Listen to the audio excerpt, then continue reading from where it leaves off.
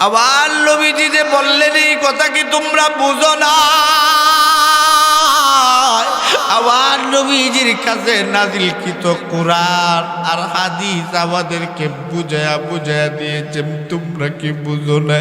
বলে নবীজি তো এই কথা প্রতিদিনই বলে এর ভিতরে আজকের কথার ভিন্ন রকম আকার আমি পাচ্ছি। আল্লাহ নবীজি যে এই কথা বললেন তোমরা কি শোনো না? একজন মানুষকে আমার আল্লাহ তামাম পৃথিবীর সম্পদের মালিক বানায়া দিতে চাইছেন। ওই মানুষটা সকল সম্পদের মালিক না হইয়া সকল সম্পত্তিগুলো ফিরে দিয়েছে। পৃথিবীর সব মানুষের সম্পদের লোভ আর লালসা আছে, একমাত্র লোভ আর লালসা নাই আমার নবীর।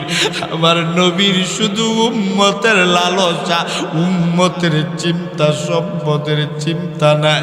আমার মনে হয় এই কথাটা আমার নবীর কথাই নবী বলেছেন।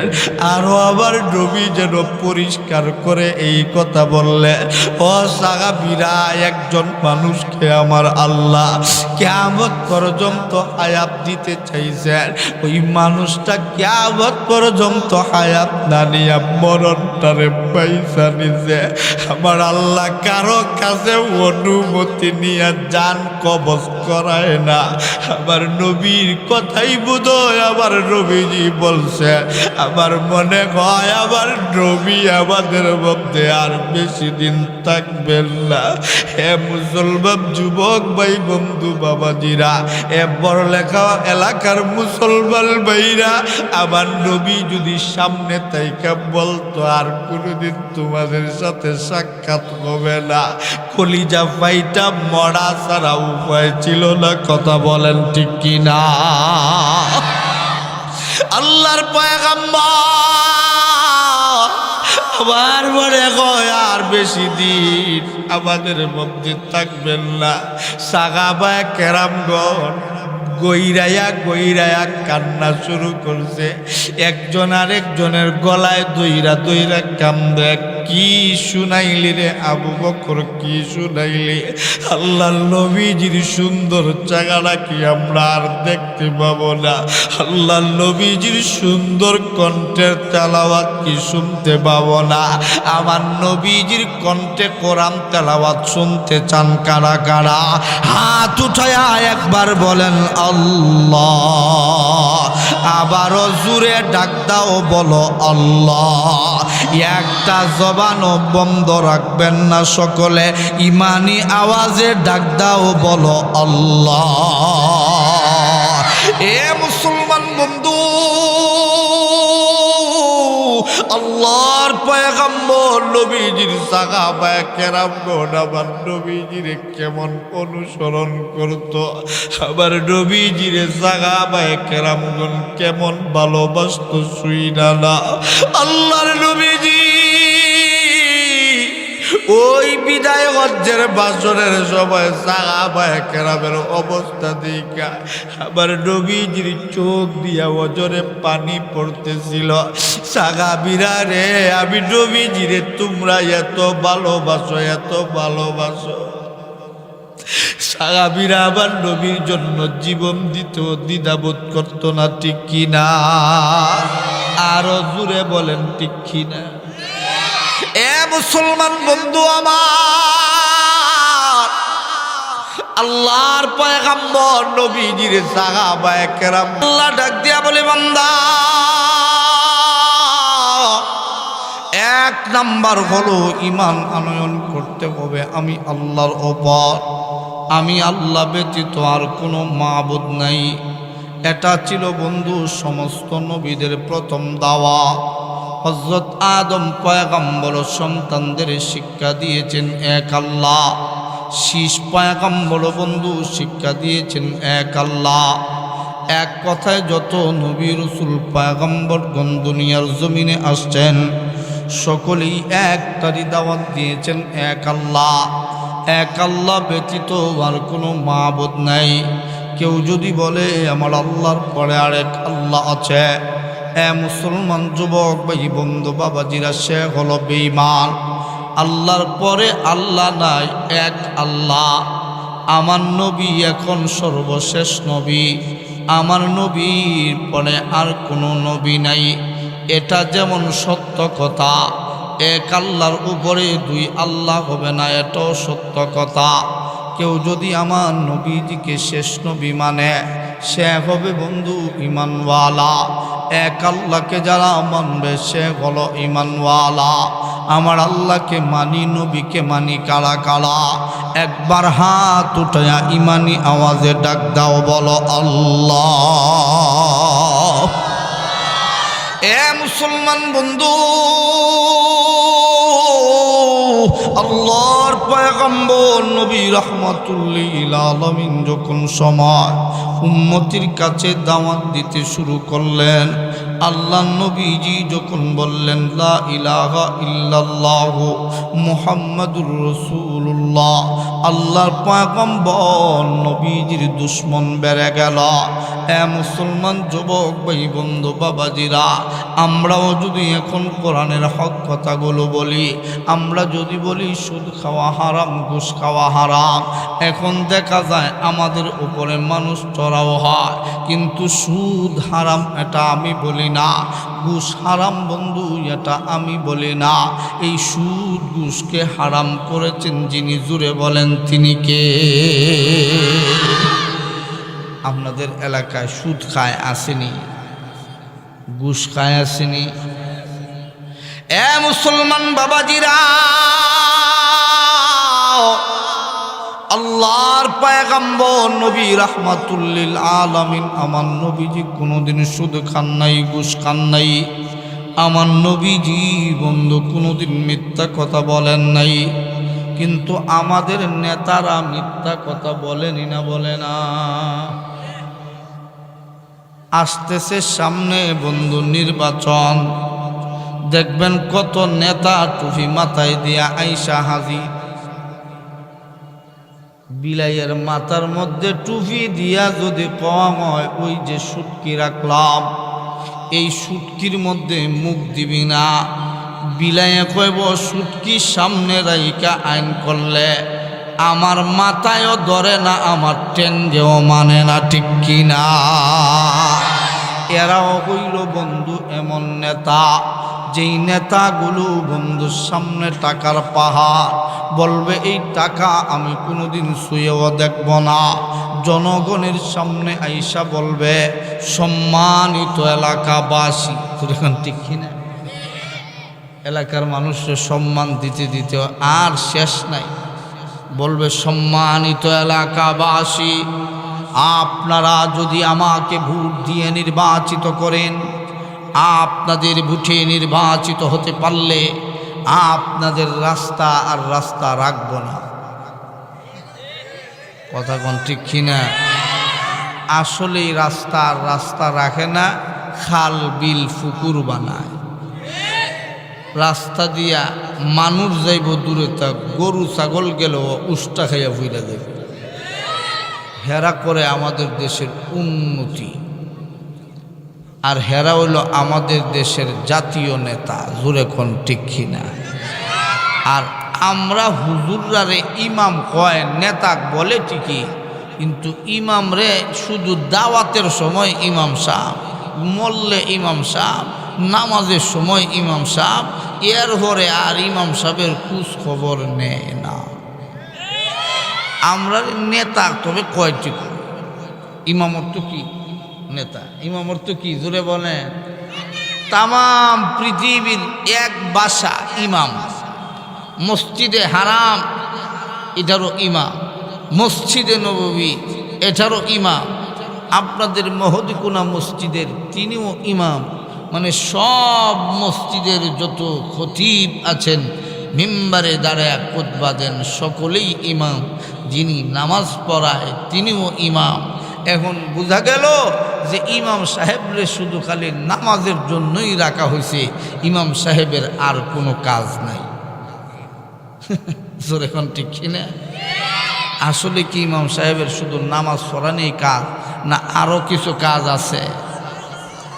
এখন ইমাম সাহেব যদি আপনাদের এখানে মনে করেন চাকরি করে মসজিদে, ইমামতি তো আমি চাকরি মনে করি না, আমি তো বলি ইমামতি নেতাগিরি করা, জোরে কোন ঠিক কিনা? কারণ ইমাম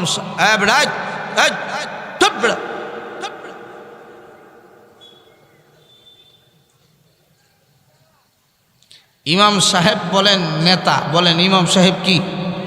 আরো বলেন নেতা সাহেব, বলেন নেতা সাহেব, জোরে বলেন।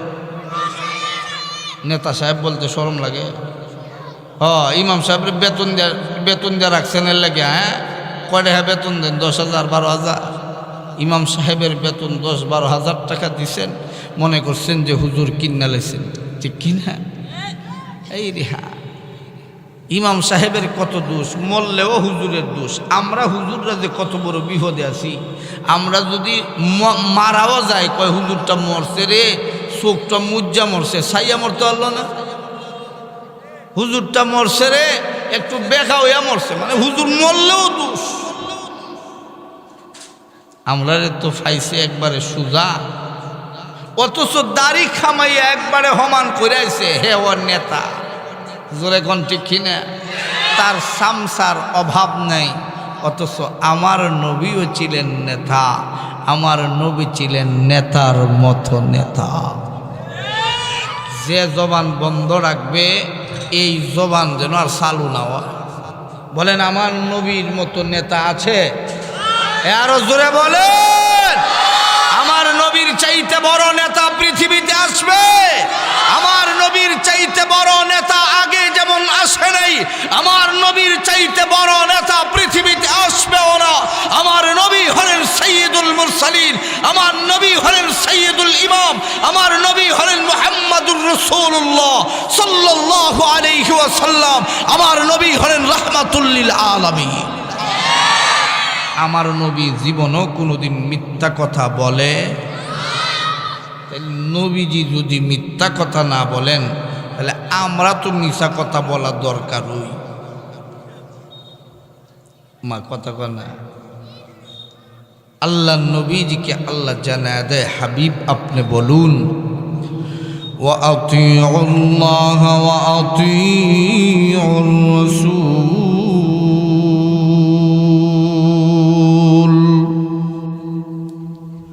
আমার আল্লাহ ডাক দিয়া বলেন, হাবিব বন্ধু গো, আপনি বলে দিন আমি আল্লাহর গোলামি যদি কবুল করাইতে হয় তারা যেন আপনি নবীজির অনুকরণ করে। এ মুসলমান বন্ধু, যুবক ভাই আমার, নামাজের ভিতরে তরিকা লাগবে, রসুলের কথা কোন ঠিক কিনা? নামাজের ভিতরে রসুল যেভাবে নামাজ পড়েছেন বন্ধু, সেভাবে তোমাকে নামাজ পড়া লাগবে। আমার নবী যেভাবে রোজা রাখছেন বন্ধু, তোমাকে ওইভাবে রোজা রাখা লাগবে। আমার নবীজি যেইভাবে হজ করছেন তোমাকে আমাকে বন্ধু ওইভাবে হজ করা লাগবে। আমার নবীজি জাকাত দিয়েছেন, কতটুকুনো মাল হইলে জাকাত দিতে হবে এ বন্ধু, ততটুকুনো মাল সম্পদ তোমার হইলে তোমাকেও জাকাত দিতে হবে। ঈমান কিভাবে আনতে হবে, অন্তর থেকে কিভাবে পড়তে হবে, আমার নবীজি বন্ধু সব কিছুর শিক্ষা দিয়েছেন কি দেন নাই? কথা বলে না কেন? আমার নবীজি এমন কোনো শিক্ষা নাই যেই শিক্ষা উম্মতকে দেন নাই। তাহলে বলেন তো দেখি, যেই নবী উম্মতের জন্য এত কষ্ট করলেন, নবীজির দামদান মুবারক শহীদ করে দিলেন, যেই নবী বদর প্রান্তে জিহাদে গেলেন, যেই নবী উহুদের যুদ্ধে গেলেন, উহুদ প্রান্তে আমার নবী রক্ত জড়াইলেন, আমার নবীজির দামদান মুবারক শহীদ করাইলেন, তায়েফে আমার নবী রক্ত জড়াইলেন। ওই নবীকে কেউ যদি গালি দেয় তাহলে আমরা মুসলমান সহ্য করতে পারবো? আরো জোরে বলেন।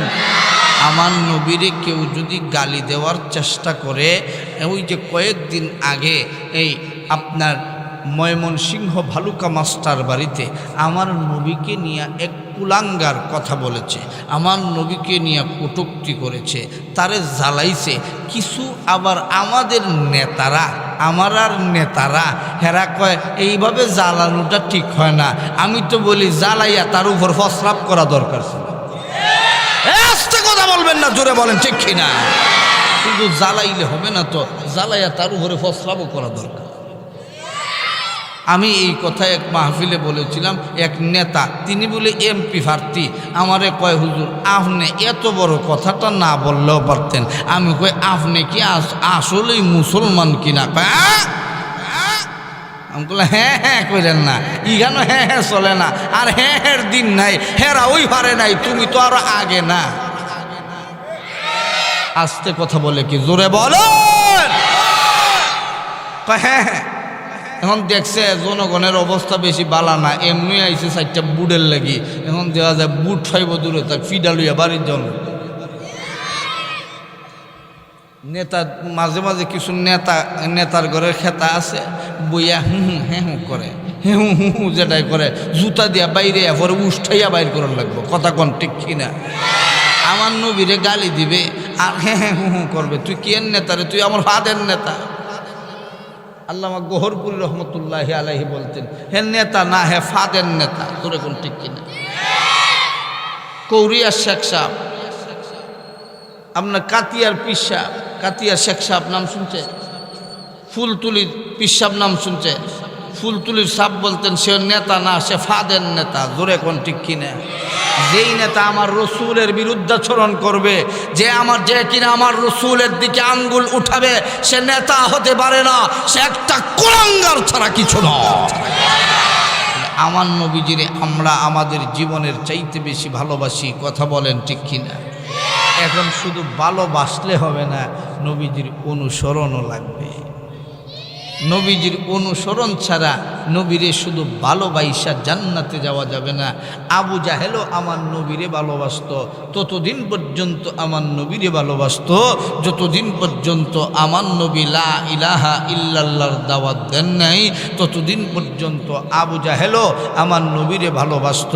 যেদিন আল্লাহর নবী বলেছেন লা ইলাহা ইল্লাল্লাহু মুহাম্মাদুর রাসূলুল্লাহ, সেদিন থেকে আবু জাহেল আমার নবীর বিরুদ্ধে লেগে গেল, আবু লাহাব আমার নবীর বিরুদ্ধে লেগে গেল, উতবা সাহেবা আমার নবীর বিরুদ্ধে লেগে গেল। কেন? কারণ যেন নবীরে না মানতে হয়। আমার নবীরে না মানলে ঈমানওয়ালা হইতে পারে না। মুসলমান ভাইরা রে আমার আল্লাহ রব্বুল আলামিন ডাক দিয়া বলেন, কুল ইন কুনতুম তুহিব্বুনাল্লাহ ফাত্তাবিউনি ইউহিব্বুকুমুল্লাহ ওয়া ইয়াগফির লাকুম যুনুবাকুম ওয়াল্লাহু গফুরুর রহিম। আমার আল্লাহ রব্বুল আলামিন ডাক দিয়া বলেন, রসুল আপনি বলুন, ইন কুনতুম তুহিব্বুনাল্লাহ, যারা আমি আল্লাহকে ভালোবাসি, আমি আল্লাহকে ভালোবাসতে চাই, আমি আল্লাহকে এক কথায় পেতে চাই, আমি আল্লাহকে সরাসরি পাওয়া সম্ভব না, আপনি নবীজিকে তারা যেন অনুকরণ করে। হাবিব বন্ধু আমার, আপনি জানায়া দেন, ফাত্তাবিউনি ইউহিব্বুকুমুল্লাহ। আমার আল্লাহ জানায়া দে, হাবিব বন্ধু আপনি বলেন, যারা আপনি নবীজির অনুকরণ করবে, আমি আল্লাহ রব্বুল আলামিন তাদেরকে ভালোবাসব। এ মুসলমান যুবক ভাই বন্ধু বাবাজিরা, আমার নবীজির অনুকরণ করলে, আমার আল্লাহকে পাওয়ার উদ্দেশ্য নিয়া আমার নবীজির অনুকরণ করলে, আল্লাহ বলেন ইউহিব্বুকুমুল্লাহ, আমি আল্লাহ তাদেরকে ভালোবাসব। এ মুসলমান বন্ধু আমার, আমার আল্লাহকে পাওয়ার জন্য আমার নবীজিকে অনুসরণ করেছেন হযরতে আবু বকর। আবু বকরের বন্ধু দাম বেড়ে গেল। আবু বকর আমার নবীজির যেমন ভালোবাসত তেমন অনুসরণ করত। আল্লাহর পয়গম্বর নবীজির সাহাবায়ে কেরামগণ কেমন অনুসরণ করতেন আর আমার নবীজির কেমন ভালোবাসতেন আল্লাহর পয়গম্বর নবীজি জানা দেয়। আমি নবীজিকে আল্লাহকে পাওয়ার জন্য যারা অনুসরণ করবে আল্লাহ বলেন ওয়ায়াগফির লাকুম যুনুবাকুম ওয়াল্লাহু গফুরুর রহিম।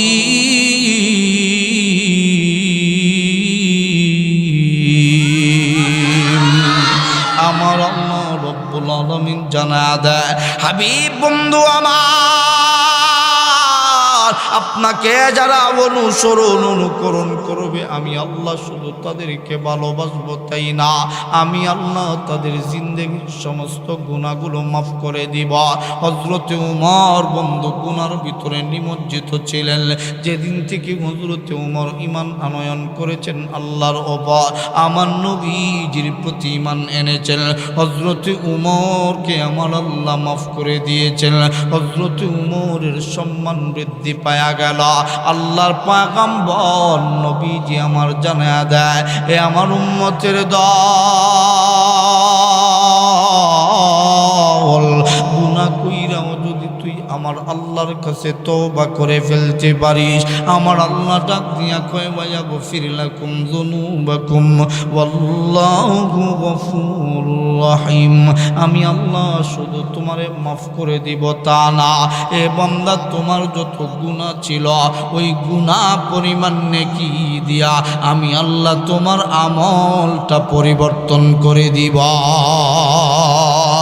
এ মুসলমান বন্ধু,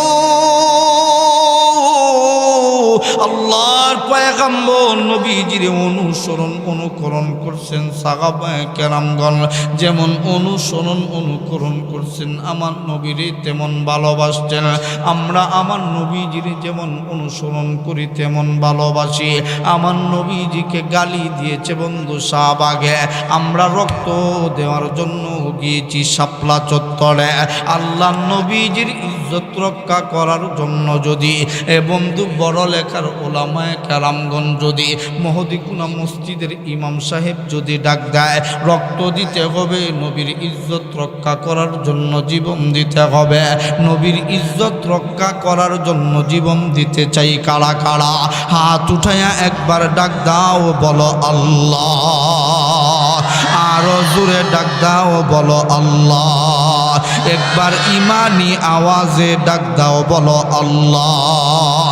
এ মুসলমান বন্ধু, নবীজির জন্য রক্ত যদি দিতে পারে এই রক্তটা বন্ধু বৃথা যাবে না। আল্লাহ নবীজির জন্য যদি চোখের পানি আসে চোখের পানি বৃথা যাবে না। আল্লাহর পয়গম্বর নবীজির সাহাবায়ে কেরামগণ কেমন ভালোবাসতেন এ বন্ধু আমি আর আপনি আমার নবীজির কেমন ভালোবাসি। আল্লাহর পয়গম্বর নবীজি আমার বিদায় হজ্জের ভাষণের সময় আল্লাহ নবীজি আমার কেমন নবী আমরা পাইছি দেই কালাও, আমার নবীজি যেন দায়িত্বগুলো বুঝাইয়া দিচ্ছিলেন। আল্লাহর পয়গম্বর নবীজি আমার ডাক দিয়া কয় এ সাহাবীর দল, সোয়ালক্ষ সাহাবায়ে কেরামরে আমার নবীর সামনে নিয়া ডাক দিয়া বলেন ও আমার সাহাবীরা শুইনা নাও, আমাকে আল্লাহ রাব্বুল আলামিন নবী বানায়া দুনিয়ায় পাঠাইছেন। আমি তোমাদের মধ্যে লা ইলাহা ইল্লাল্লাহর দাওয়াত দিলাম, এক আল্লাহর দাওয়াত দিলাম। আমি নবী হিসাবে আমি তোমাদের কাছে আসলাম। আমার আল্লাহ আমার উপর কোরআন নাজিল করেছে, আমি তোমাদের কাছে জানবার চাই আমি নবীজির সুন্নাহ তোমাদের কাছে, হাদিস আর কোরআন আমি তোমাদের কাছে সঠিকভাবে পৌঁছাইতে পেরেছি কি পারি নাই। হযরতে আবু বকর বন্ধু এই মজমার ভিতরে, হযরত উমর বন্ধু এই মজমার ভিতরে, হযরতে আবু বকর আমার নবীরে কেমন ভালোবাসে আর কেমন অনুসরণ করে শুইনা না। আল্লাহর পয়গম্বর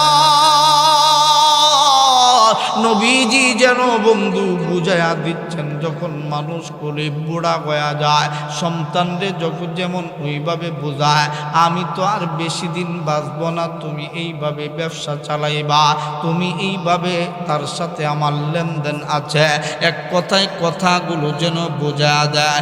আমার নবীজির তো বন্ধু পরিবারই ছিল সাহাবায়ে কেরাম, আমার নবীজির তো বন্ধু কোনো ভাই ছিল না, আমার নবীর তো বন্ধু বাবা ছিলেন না, আমার নবীর তো বন্ধু মাও ছিলেন না। আমার নবী সকল সাহাবায়ে কেরামের সামনে আল্লাহর পয়গম্বর নবীজি যেন দায়িত্ব বোঝা দেয়। আমার নবীজি বন্ধু দিনের সম্পদ বুঝাইয়া দিলেন, এরে বন্ধু দুনিয়ার সম্পদ বুঝাইয়া দিচ্ছেন না, দিলের কানটারে লাগাইয়া বন্ধু কথাগুলো শুই না। হযরতে আবু বকর আবার নবীজির কথাগুলো শুই না, আস্তে আস্তে চোখের পানি ফালায়া কান্দে। সাহাবায়ে কেরাম যেন বুঝতেছেন না নবীজি কি বলতে চান। এ মুসলমান বাবাজিরা, আল্লাহর পয়গম্বর নবীজি এই কথা যখন বললেন, আমি সঠিকভাবে ইসলামের দায়িত্ব বুঝাইতে পারছি কি পারছি না? এক বাক্যে সমস্ত সাহাবায়ে কেরামগণ ডাক দিয়া বললেন, ইয়া রাসূলুল্লাহ, ইয়া কেন কি তার একটা ওয়াজ নিতেন না?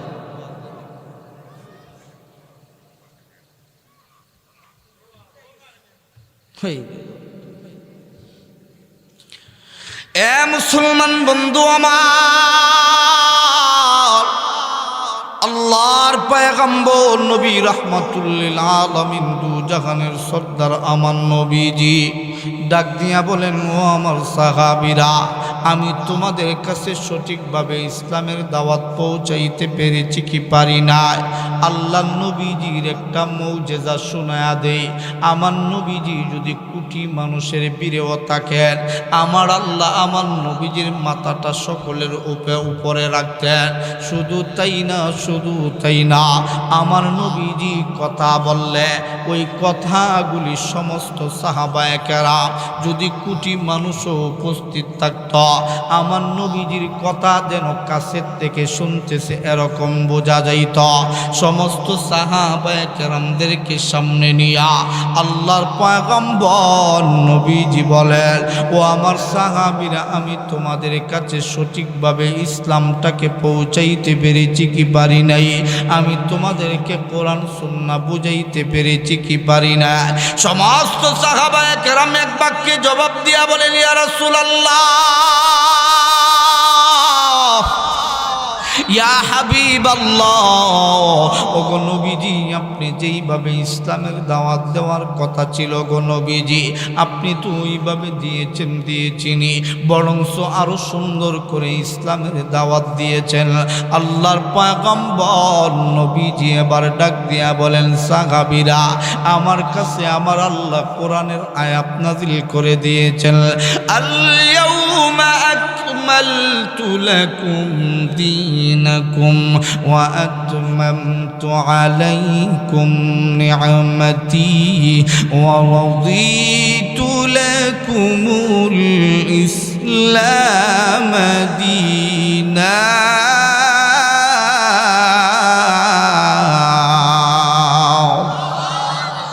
আমার আল্লাহ জানিয়ে দিয়েছেন, সাহাবীরা, ইসলামটাকে আমার আল্লাহ রাব্বুল আলামিন কমপ্লিট ধর্ম হিসাবে আমার কাছে আমার আল্লাহ প্রেজেন্ট করে দিয়েছেন। আল্লাহর পয়গম্বর নবীজি আমার এই কথা বলার পর হযরতে আবু বকর ছোট বাচ্চাদের মতো কান্না শুরু করে দিয়েছে। সাহাবায়ে কেরাম তো আমার নবীজির কথা এখনো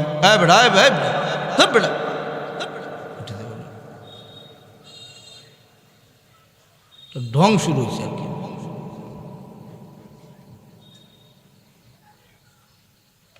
আরে একটা মানুষ উঠবেন, কথা বলেন, উঠবেন। এটা কি বানায় কিচ্ছা বলতেছি আপনাদের সামনে?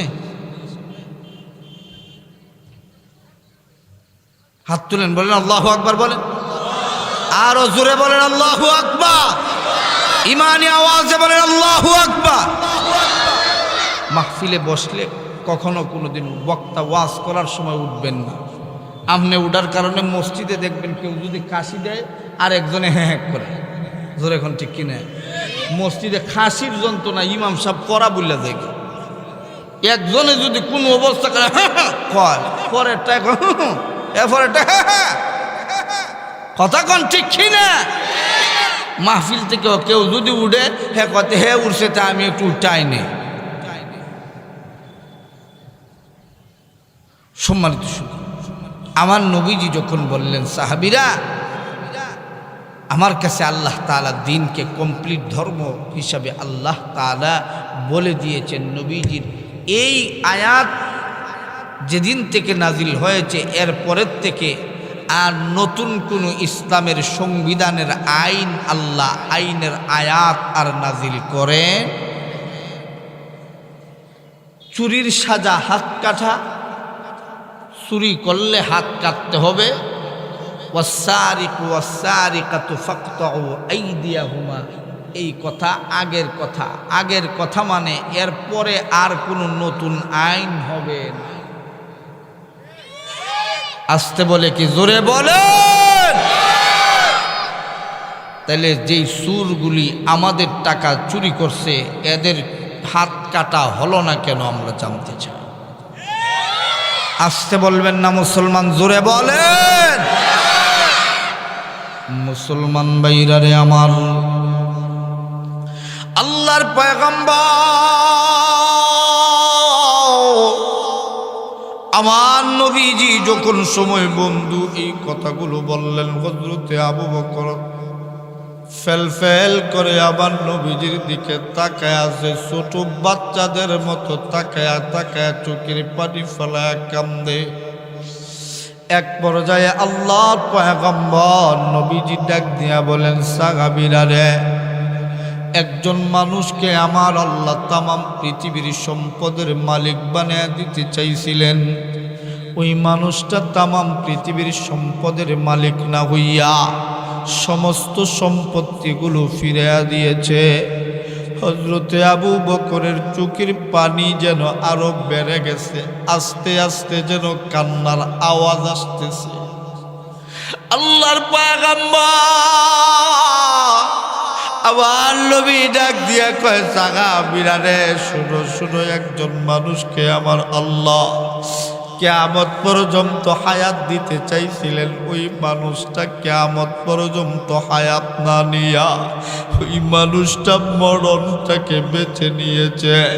আল্লাহর পয়গম্বর নবীজি শুধুমাত্র এই কথাটা বলছে, আবু বকর বসার থেকে দাঁড়াইয়া বইলা এত জোরে চিৎকার করছে, সমস্ত সাহাবায়ে কেরামগণ ডাক দিয়া কয়, আবু বকর এমন করে চোখের পানি ফেলায়া এত সময় কাঁদতেছিলা, আস্তে আস্তে আওয়াজ করে কাঁদতেছিলা, হঠাৎ করে কেন এত জোরে চিৎকার করে কান্না করে উঠলা? হযরতে আবু বকর ডাক দিয়া কয়, সাহাবীরা রে, তোমরা যদি আমার নবীর কথা বুঝতা, আমি তো লাভ দিয়া দাঁড়াইছি, কলিজা ফাইটা মারা যাইবে। এ মুসলমান বন্ধু আমার, সাহাবীরা ডাক দিয়া বলে, আবু বকর কেন রে আবু বকর তুমি এমন করে কান্দ? আল্লাহ নবীর কাছে কি কোরআনের আয়াত নাজিল হইছে? আল্লাহ নাকি দিনকে কমপ্লিট ধর্ম হিসাবে আল্লাহ নবীর কাছে দিয়ে দিয়েছে। আমার নবী না হলেন সর্বশেষ নবী, আমার নবীর পরে নাই আর কোনো নবী নাই। আজ থেকে আর তোর শরীয়তের নতুন কোনো আইন চালু হবে না। যেটা শরীয়ত সেটা শরীয়ত, যেটা মারেফত সেটা মারেফত।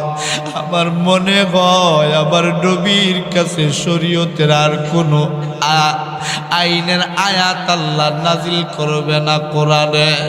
আবার নবীজি যে বললেন এই কথা কি তোমরা বুঝো না? আমার নবীজির কাছে নাজিলকৃত কোরআন আর হাদিস আমাদেরকে বুঝায়া বুঝায়া দিয়েছেন, তোমরা কি বুঝো না? বলে নবীজি তো এই কথা প্রতিদিনই বলে এর ভিতরে আজকের কথার ভিন্ন রকম আকার আমি পাচ্ছি। আল্লাহ নবীজি যে এই কথা বললেন তোমরা কি শোনো না?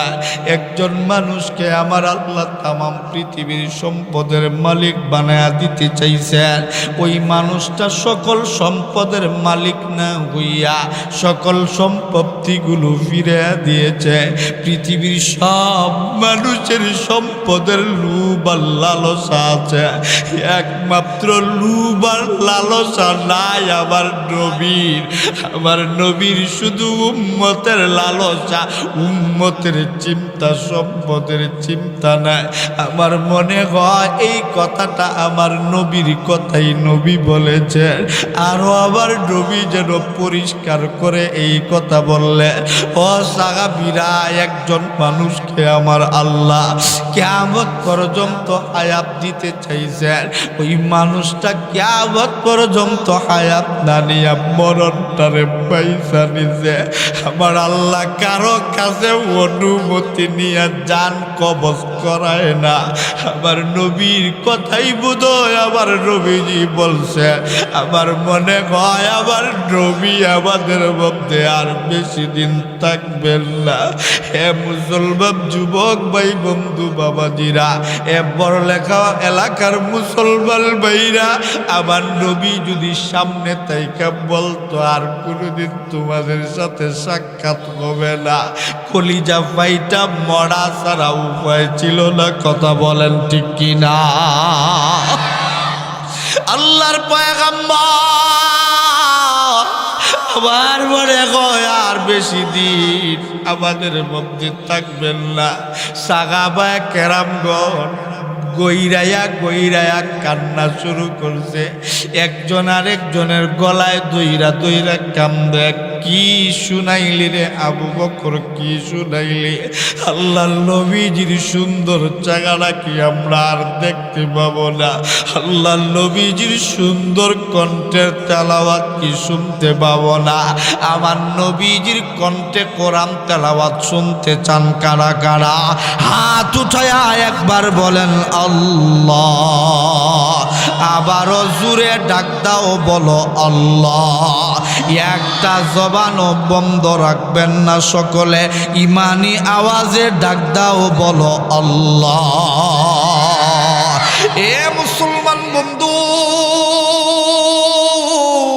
আল্লাহর পয়গম্বর নবীজির সাহাবায়ে কেরামগণ আমার নবীজির কেমন অনুসরণ করত, আবার নবীজির সাহাবায়ে কেরামগণ কেমন ভালোবাসতো শুইনা না। আল্লাহর নবীজি ওই বিদায় হজ্জের বাসনের সময় সাহাবায়ে কেরামের অবস্থা দেখা আবার নবীজির চোখ দিয়া ওজরে পানি পড়তেছিল। সাহাবীরা রে, আমি নবীজিরে তোমরা এত ভালোবাসো, এত ভালোবাসো। সাহাবীরা আবার নবীর জন্য জীবন দিত, দ্বিধাবোধ করতো না, ঠিক কিনা? আরো জুড়ে বলেন ঠিক কিনা? এ মুসলমান বন্ধু আমার, আল্লাহর পয়গম্বর নবীজির সাহাবায়ে কেরামগণ কতটুকু ভালোবাসত রে। নবীজি শুধুমাত্র বলেছেন আমি নবী বেশি দিন থাকবো না, এটাই সহ্য করতে পারে না সাহাবায়ে কেরাম। আমার নবী যেদিন বিদায় হয়ে যাবে, সাহাবায়ে কেরাম কেমনে সহ্য করবে? আমার নবীজি বিদায় হজ্জের বাসনের পর 41 দিন পর্যন্ত আমার নবীজি দুনিয়ার মধ্যে ছিলেন। 11 দিন পর্যন্ত আল্লাহর নবীজি অসুস্থ ছিলেন। 11 দিনের ভিতরে আল্লাহর পয়গম্বর নবীজি 8 দিন পর্যন্ত মসজিদে নববীতে যায় নামাজ পড়াইছেন। আল্লাহর নবীজি 9 নাম্বার দিন হযরতে বিলাল মসজিদে নববীর মিনারায় আযান দিয়েছে। আবার নবীজির মাথার মধ্যে প্রচন্ড পরিমাণ ব্যথা উঠে গেল, বুকের মধ্যে প্রচন্ড পরিমাণের ব্যথা, দারুণ ব্যথা, যা নবী সহ্য করতে পারে না। আম্মা জান আয়েশা রে আমার নবী ডাক দিয়ে বলে, আয়েশা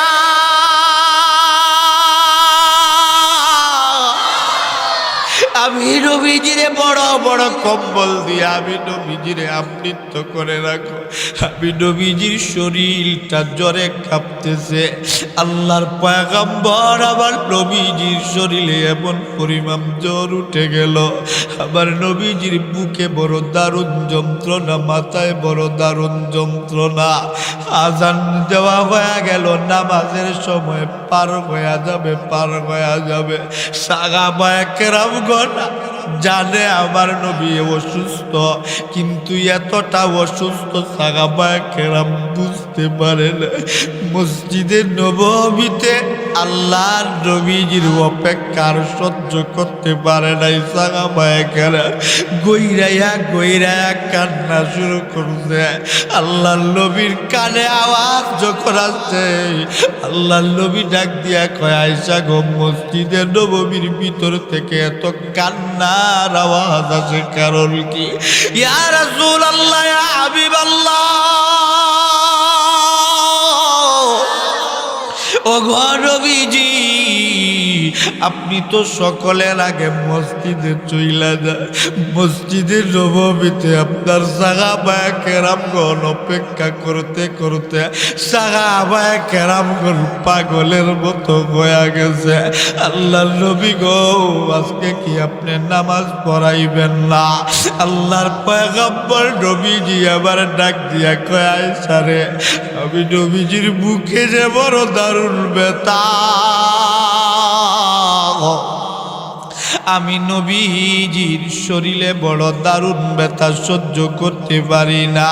এ আয়েশা বন্ধু আমার, আল্লাহর পয়গম্বর নবীজি বন্ধু চোখের পানি ফেলা কান্দে। নবী গো, আর কাইদেন না গো, নবীজি কান্দেন না।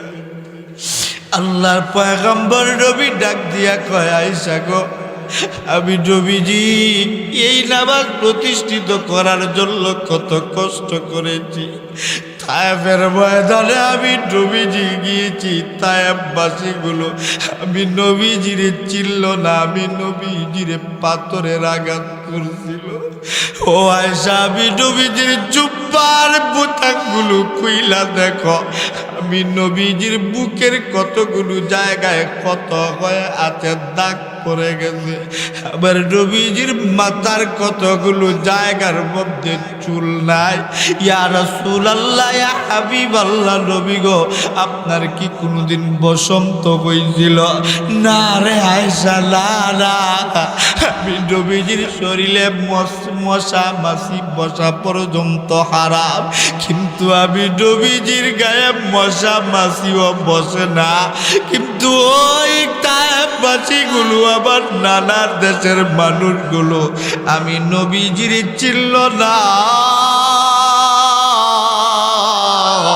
আমি নবীজির না চিনা, আমি নবীজির গায়ে যে পাথরের আঘাত করেছিল, যত জায়গার মধ্যে পাথরের আঘাত লাগছে, ততগুলো জায়গার মধ্যে আর কোনোদিন আমি নবীজির চুল উঠে না। এ মুসলমান বন্ধু বাবাজিরা, দিলের কান্টারে লাগাইয়া বন্ধু কথাগুলো একটু শুই না যাও। আমার নবীজির সাহাবায়ে কেরামগণ কতটুকুন ভালোবাসত। মসজিদে নববী সহ মদিনার অঞ্চলে আমার নবীজির অসুস্থতার খবর পুরা মদিনায় চড়াও হয়ে গেল। মদিনার সকল মানুষগুলোর কানে কানে চলে গেল। মদিনার ছোট্ট ছোট্ট মাসুম দুধের বাচ্চাগুলো দুধ পান করা বাদ দিয়ে দিয়েছে। আবার নবীজির ব্যথা সহ্য করতে পারে না। মদিনার পাখিগুলো কিচিরমিচির আওয়াজ বন্ধ করে দিয়েছে। আবার নবী রাহমাতুল লিল আলামিনের অসুস্থতা যদি সহ্য না করতে পারে, আমার নবী দুনিয়া থেকে বিদায় হয়ে গেলে এই মদিনার মধ্যে কি হইতে পারে? আমার নবীজি 3 দিন অসুস্থ, এমন অসুস্থ আমার নবীজি, আমার নবীজি মাঝে মধ্যে সুস্থ হয়ে যায়। কথা বলেন, সাহাবীরা মনে করে আমার নবীজি এই বোধহয় সুস্থ হয়ে গেলে সাহাবীরা রে ইমাম ছাড়বি না, সাহাবীরা রে কোনোদিন নামাজ ছাড়বি না। আল্লাহ নবীজি এই কথা বলে আবার কান্দে। উম্মতের কথা যখন আমার নবীর মনে হয়, আমার নবী বেহুশ হয়ে যায়। নবীর উম্মত আবার ওই নবীরে গালি যদি দেয়, আমার ওই নবীর দিকে কেউ যদি হাত উঠাবার চেষ্টা করে, আমরা মুসলমান হাত কেটে ফেলে দিব, ঠিক কিনা? আশিকে রাসূলের দলেরা আবার নবী 11 দিনের শেষ দিন অসুস্থ, তার বেশি অসুস্থ 3 দিনের শেষ দিন। আমার নবী এখন যেন পুরাটা সুস্থ, কথা বলে। হযরত উমরের মনে বড় আনন্দ, আমার নবী সুস্থ হয়ে গেছে। হযরত আবু বকর, একমাত্র আবু বকর একটা সেকেন্ডের জন্য কান্না বন্ধ করে না।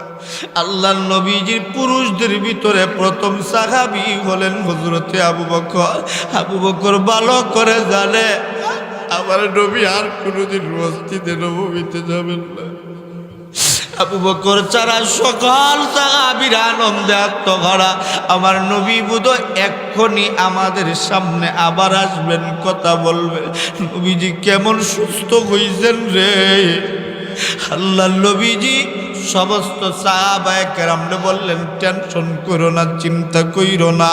আমার নবীজি বন্ধু এই কথা বলার পর সাহাবায়ে কেরামগণ তাদের নিজ নিজ স্থানে চলে গেলেন, বাড়িতে চলে গেলেন।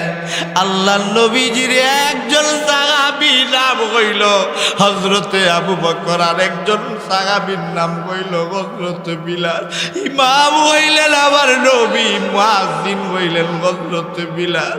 বিলাল রাদিয়াল্লাহু তাআলা আনহু আমার নবী রাহমাতুল লিল আলামিন কেমন ভালোবাসত রে!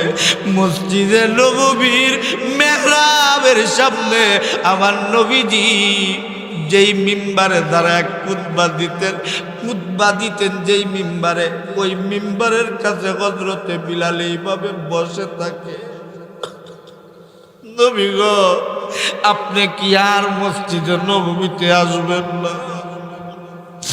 এ মুসলমান বন্ধু আমার আল্লাহ রাব্বুল আলামিন মালাইকা আজরাইলকে পাঠিয়ে দিলেন। সামনে ছিলেন আম্মা জান আয়েশা, সামনে ছিলেন হযরতে ফাতিমা রাদিয়াল্লাহু তাআলা আনহা। আল্লাহ নবীজি চোখের পানি ফেলা কাঁদছেন, এত সময় মুস্কি হাসে। হঠাৎ করে আমার নবীজি কার যেন বন্ধু সালামের জবাব দিলেন। হযরতে ফাতিমা ডাক দিয়ে কয়, আব্বা জান, আপনি কার সালামের উত্তর দিলেন? এখানে তো আমরা ছাড়া আর কেউ নাই, আর কেউ নাই। আল্লাহর পয়গম্বর আমার নবী ডাক দিয়া বলেন, ফাতিমা যাও, দরজাটা খুইলা দাও, কে যেন ঘরের ভিতরে ঢুকবার চায়, অনুমতি চাচ্ছে। আম্মা জান, হযরতে আয়েশা আমার নবীজির কাছে বসা গো। আম্মা জান আয়েশা রে আমার নবী ডাক দিয়া কয়, আয়েশা রে আমার বালিশের মধ্যে শুয়া দাও, তুমি একটু দূরে যাও। ও ফাতিমা, তুমি দরজাটা খুইলা দাও। হযরতে ফাতিমা দরজা খুলতে বন্ধু যাবে, আমার আল্লাহ ডাক দিয়া কয় আজরাইল আমার বন্ধু বলেছে কে যেন দরজার বাইরে দাঁড়ায় আছে। দুনিয়ার সিস্টেম হলো যার মরণ হবে সেই শুধুমাত্র আজরাইলকে দেখতে পারবে, সে ব্যতীত আজরাইলকে দেখতে পারবে না। আজরাইল দুনিয়ার সিস্টেম পাল্টায়া দাও, আমার বন্ধুর মেয়ে ফাতিমার সামনে হাজির হয়ে যাও। আজরাইলের বন্ধু দেহটা আর কেমন হইতে পারে? আজরাইল তো বন্ধু কত বড়, আল্লাহর পয়গম্বর নবীজি বলেন আজরাইল কত বড় জানোনি? 7 সমুদ্র 13 নদীর পানিও যদি আজরাইল তার মাথার মধ্যে ঢেলে দেওয়া হয়, সম্পূর্ণ পানিও আজরাইলের মাথার চুল খেয়ে নিবে, 1 ফুটা পানিও জমিনের মধ্যে পড়বে না। ওই আজরাইল দরজার সামনে দাঁড়াইছে। হযরতে ফাতিমা আজরাইলের দিকে তাকায় দেখে পাগুলো যেমন জমিনের নিচে দাইবা গেছে, মাথাটা যেন আসমানের মধ্যে লাইগা আছে। সঙ্গে সঙ্গে দরজা বন্ধ করে দিয়েছেন ফাতিমা। আল্লাহর নবী ডাক দিয়া কয় ফাতিমা রে, দরজা বন্ধ করে দিলা কারণ কি? কারণ কি? নবী গো, আব্বা যা, এমন কেউ আপনার সাথে সাক্ষাৎ করতে আসছে যার চেহারা মানুষের মতো বুঝা যায়। আল্লাহর পয়গম্বর আমার নবী ডাক দিয়া বলেন হাদা মালাকুল মউত। মালাকুল মউত আজরাইল আসছে, দরজা খুইলা দাও, ঘরের ভিতরে ঢুকবার চা। আম্মাজান ফাতিমা ডাক দিয়া বলে আব্বা যান, আপনি যে বলেন দরজাটা খুইলা দিতে, আজরাইল রে ঘরের ভিতরে ঢুকতে দিব, আমি এত বড় বোকা না। আপনি যে যদি আজরাইলকে ঘরের ভিতরে ঢুকতে দিই আপনার কথা মতো, আর কোনোদিন আপনারে আমি ফাতিমা আব্বা বলে ডাকতে পারবো না। ও আব্বা যান, আমার নাম মানা, আপনি চলে গেলে আমি বাবা বলে কারে ডাকবো? আল্লাহ নবী ডাক দিয়া কয় ফাতিমারে আয় আয়। আমার নবীজি ফাতিমার কানটারে মুখের সাথে লাগায় ডাক দিয়া কয় ফাতিমা, আমি নবীর সাথে সর্বপ্রথম যার সাক্ষাৎ হবে কয়েকদিনের ভিতরে, তুমি হইলা সেই মানুষ। ফাতিমা আব্বাজান দরজা খুলতে মন চায় না। আল্লাহর পয়গম্বর ডাক দিয়া বলেন ফাতিমা দরজা খুইলা দাও। দরজাটা বন্ধ খুলে দেওয়ার পর আজরাইল ঘরের ভিতরে অনুমতি নিয়ে ঢুইকা আল্লাহর পয়গম্বর নবীজির সালাম দিয়া ডাক দিয়া কয় নবী গো, আমি আসছি বলে টেনশন করবেন না। আল্লাহ বলেছেন আপনি যদি চান আপনাকে নিয়ে যাইতে, আপনি না চাইলে কিয়ামত পর্যন্ত আপনার কাছে আমার আল্লাহ আসতে নিষেধ করেছে।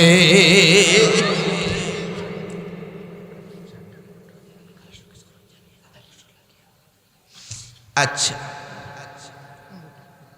15 আজান হয়ে যাবে, এজন্য আমার কাছে আরেকটা নোটিশ আসছে। আলোচনা কি আরো 5-7 মিনিট চলবো? কথা কি বলেন? আলোচনা করলে আপনারা সারা দিন সারা রাত শুনবেন, এটা